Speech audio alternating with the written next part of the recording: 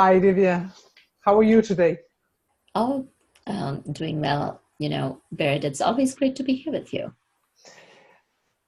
I was speaking with a friend today, and one of the things that came to mind was just a little bit thinking about why is it so hard to say no? Why is it that we have problems with that? He had the opportunity to, of course, take upon himself new tasks, which would give him also a raise. But it's too much, and I think that he's almost burning out. Why is it, Divya, that why is it that we're not just saying no our limits? Why can't we say no? What are you thinking? Mm, know our limits. So, folks, first of all, there are no limits. Sky's not the limit itself. You can reach and achieve whatever you want. Now, that said, what you said was really good. Here from what you had shared with me, Barrett, is that this pharmaceutical professional, he had the opportunity to get raised, and his boss gave him several projects. He took all of it on. But Yes, now what's happening is he's feeling the overwhelm, the yes. pain, he's not able to keep up with it, and he's performing poorly. So, what happens, folks, is that it's about seeing that, first of all, when we talk about why we can say no, it's kind of looking, again, having that clarity. What is it that you want? And where are you? And where do you want to go? And what's the gap? And how can you close it? So, that clarity is so, so important, folks. And yes, we're kind of moving away from the topic here, but it's important to kind of touch upon this, is because I'm just going to share my experience with you. So, one of my clients was very much in a similar place, and he said that I just want promotion. And because there is money raised, and he did not sit down with his boss as to what's needed for promotion, and just thought that taking on more projects will put him in this highlight, that he is a super performer, high performing, and a high achiever. So these were his assumptions. So similar thing, what happened to him was, I'm just kind of going to move forward as to what happened to him. It hasn't happened to your friend yet. And hopefully the strategies we share here will be able to support him to move forward in the right way. So what happened to him was, he took on several projects and he was not delivering on time. People started complaining. So rather than showing up in great light, the feedback that he got in his performance review was that he does not know what he can do.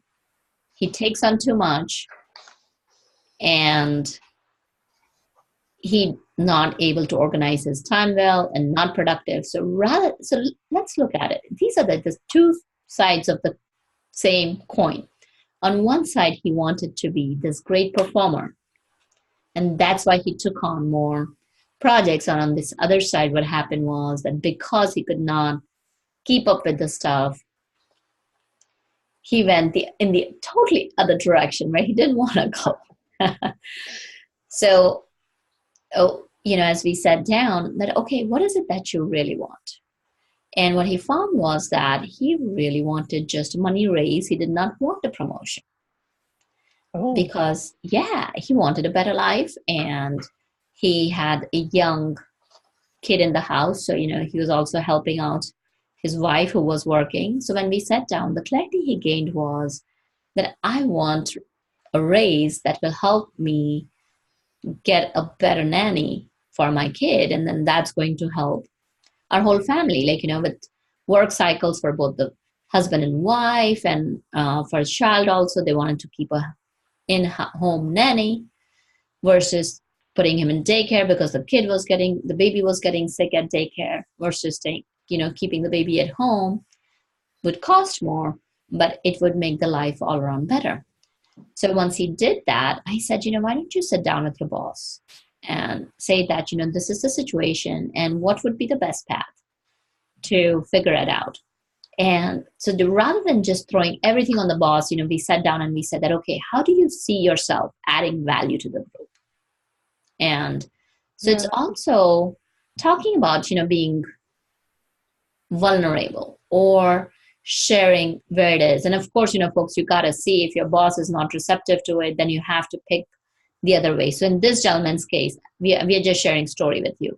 In this gentleman's case, his boss was a father of four, and he knew that, let's say my gentleman's name was John. So John's boss name was Marshall. So John knew that Marshall was very compassionate, very helpful to him about, and very understanding about the new baby, allowing him to take time off for going doctor's appointments and all that.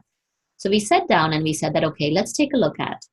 We see your situation. We see how Marshall is receptive to you. And now let's plan it out. So he sat down and he found there were 3 or 4 areas where he could contribute in his group itself in such a way that would help not only the group, but it would help the whole department, and it would help the company achieve the goals in much shorter time than what they're achieving. And so he had talent. And then I think that you have a good point, because I think that especially corporate achieves stability when they manage to also help people. So it's about building and building and building. Is that what I'm hearing you saying?